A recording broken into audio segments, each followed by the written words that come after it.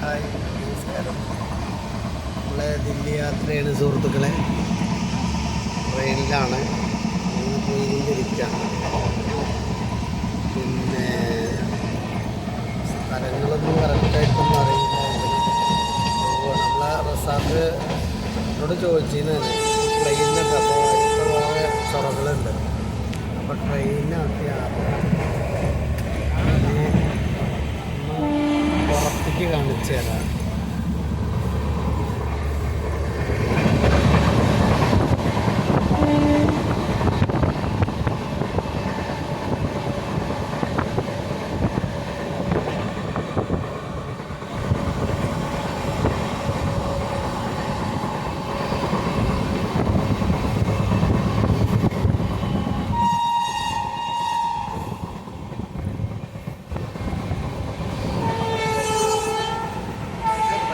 അപ്പോൾ പയ്യന്നൂർ കണ്ണൂരൊക്കെ കഴിഞ്ഞ് കാസർഗോഡൊക്കെ എത്താറായി.